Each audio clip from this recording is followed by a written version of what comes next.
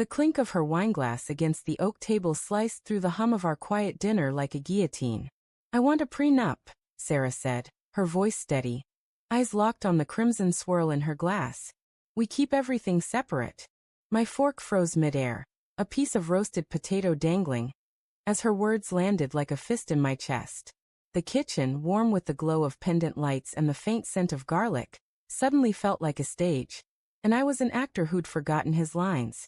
I nodded, because what else could I do? My throat tightened, but I forced a smile, the kind you muster when you're trying not to choke on your own confusion. "Okay," I said, my voice a hollow echo. "If that's what you want." Her lips twitched, not quite a smile, and she sipped her wine, the silence between us swelling like a bruise. I stared at the plate, the food blurring into a smear of colors, and wondered when the woman I'd married had started building walls I couldn't see. The idea of a prenup wasn't new. We'd joked about it before our wedding 3 years ago, laughing over cheap beers in a dive bar, her hand warm in mine. "If we ever split, I'm keeping the dog," she'd teased, her hazel eyes glinting with mischief. I'd laughed, kissed her, and said, "Deal, but I get the record player." It was a game then, a playful nod to a future we didn't believe in. But now, her words carried a weight that made my skin prickle, like the air before a storm. That night, I lay in bed, her soft breathing beside me a cruel contrast to the chaos in my head. The bedroom was too still, the moonlight slicing through the blinds like accusations. Why now? We weren't rich. Our savings account was a patchwork of scraped-together paychecks. Was it about money? Or something else?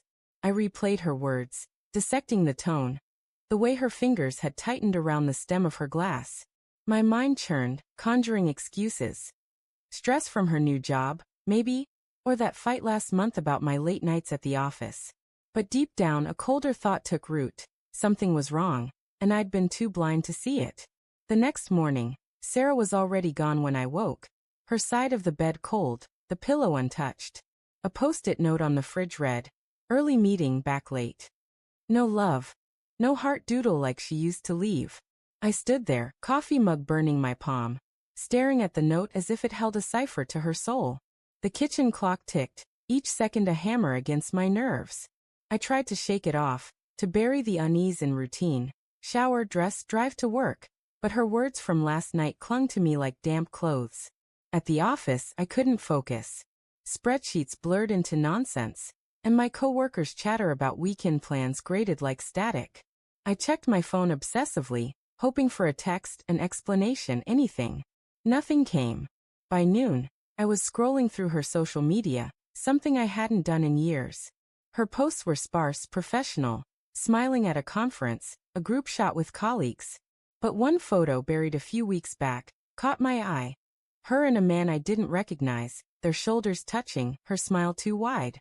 The caption read, "Teamwork makes the dream work." My stomach twisted, but I told myself it was nothing. Just work. Just a colleague. That evening, she came home late, her heels clicking sharply against the hardwood. I was on the couch, pretending to read, the book untouched for an hour. "Hey," I said, forcing casualness. "Long day." She shrugged, tossing her bag onto the counter. "Yeah, meetings ran over." Her voice was flat, her eyes avoiding mine as she poured a glass of water. The air felt thick, like we were both holding our breath, waiting for the other to crack. I wanted to ask about the prenup, about the man in the photo, about why she felt so far away. But the words stuck heavy and useless in my throat. Instead I said, "You okay? You seem off." She froze, her hand on the glass, then turned, her face a mask of calm. "I'm fine, Mark. Just tired." But her eyes, those eyes I'd once read like a book, were guarded, a locked door I didn't have the key to. She kissed my forehead, a perfunctory gesture, and headed upstairs. The scent of her perfume lingered, unfamiliar, sharp. Not hers. Or was it? Doubt gnawed at me, a slow, relentless bite. The next few days were a blur of small, jagged clues.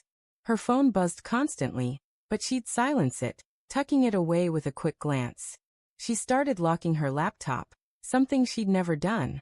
Once, I caught her laughing softly at a text, her face glowing in a way I hadn't seen in months. When I asked who it was, she said, just a work friend. Too fast, too dismissive. Each moment piled onto the last. A house of cards teetering on the edge of collapse. I started checking things I wasn't proud of. Her email, left open on our shared tablet one night, had a thread with someone named Alex. Professional at first, project deadlines, meeting notes, but then a shift. Can't wait to see you again, with a winking emoji. My heart pounded, a drumbeat of dread. I told myself it was a misunderstanding, that I was paranoid. But the prenup demand loomed. A neon sign flashing betrayal. Friday night, I couldn't take it anymore. She was in the shower, her phone on the counter. My hands shook as I picked it up, her passcode, our anniversary still the same. The messages with Alex were a gut punch. Miss you already, he'd written. Last night was amazing. Her reply, same. Soon. My vision blurred, the words searing into my brain. I scrolled further, each text a knife. Late night meetups, vague excuses. A photo of them at a bar, her hand on his arm. When she emerged, wrapped in a towel, I was sitting at the kitchen table, her phone in my hand. She stopped, eyes widening, then narrowing. What are you doing? Her voice was sharp, defensive. Who's Alex? I asked, my voice low, trembling with rage and hurt. She didn't flinch. A friend from work. You're being ridiculous. Am I? I held up the phone, the screen glowing with their messages. This doesn't look like just friends, Sarah.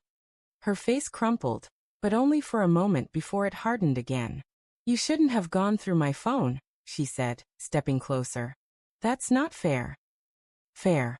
I laughed, a bitter, broken sound. You're talking about prenups sneaking around, and I'm the one who's not fair? She sank into a chair, her hands twisting in her lap. It's not what you think, she said, but her voice wavered, betraying her. Alex, he's just someone who gets me right now. You've been so distant, Mark. Work, always work. I felt alone. Her words stung, but they didn't erase the betrayal. So you cheat? You plan to leave me, to protect your money? My voice cracked, tears burning my eyes. I loved you. I trusted you. She reached for my hand, but I pulled away.